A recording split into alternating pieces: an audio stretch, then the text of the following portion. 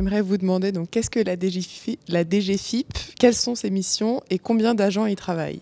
D'abord, la DGFiP, c'est un sigle, il faut le développer, Direction Générale des Finances Publiques. Donc, finances publiques, on est dans le maniement de l'argent.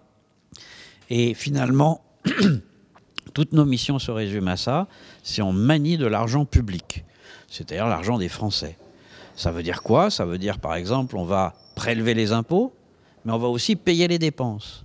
Si dans votre établissement scolaire, il y a une cantine, il faut acheter des produits, il faut payer les personnels, eh bien, ça sera la Direction Générale des Finances Publiques qui va faire ces dépenses. C'est vrai aussi pour les collectivités territoriales, c'est la Direction Générale des Finances Publiques qui gère leurs comptes.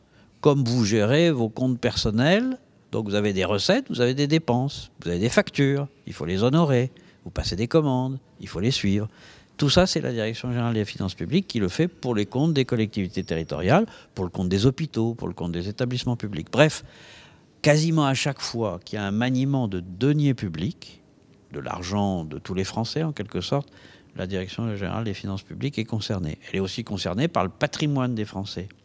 L'État est propriétaire. Vous êtes ici dans un ministère. C'est la propriété commune de tous les Français, c'est les propriétés de l'État. Il faut la gérer. C'est la Direction Générale des Finances Publiques qui gère le patrimoine immobilier de l'État. Bref, on est les gardiens du bon usage des finances publiques.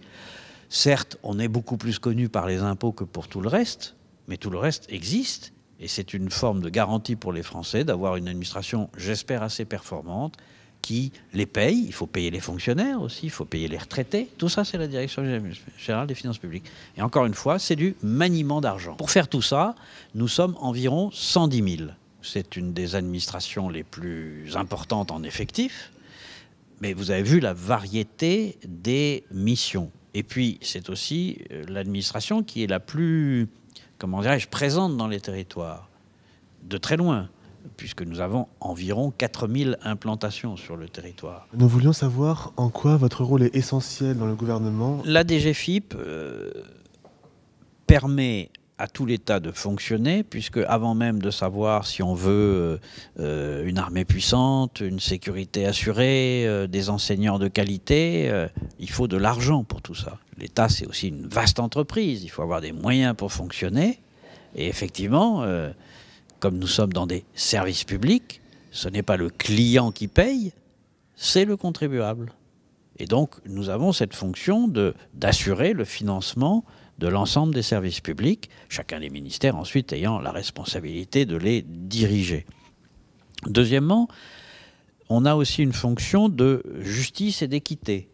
Parce que là, je reviens sur les impôts, il faut que l'impôt soit juste, il faut que chacun paye ce qu'il doit et que ce qu'il doit.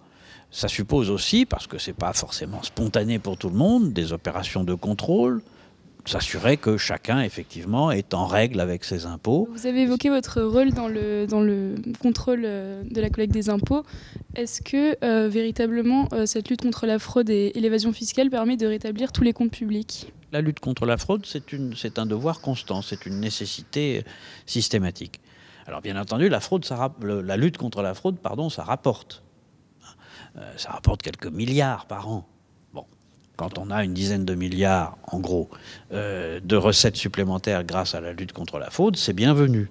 Bon, alors il y a toujours un débat supplémentaire qui est: est-ce qu'on pourrait avoir une lutte plus efficace contre la fraude? Alors, je ne rentre pas dans les détails, on s'y emploie, le Parlement aussi, et le Parlement, par exemple, vote assez systématiquement des mesures, en tout cas dans la période récente, qui permettent d'améliorer la lutte contre la fraude. Mais comprenez bien que la lutte contre la fraude, c'est une nécessité de justice, d'abord.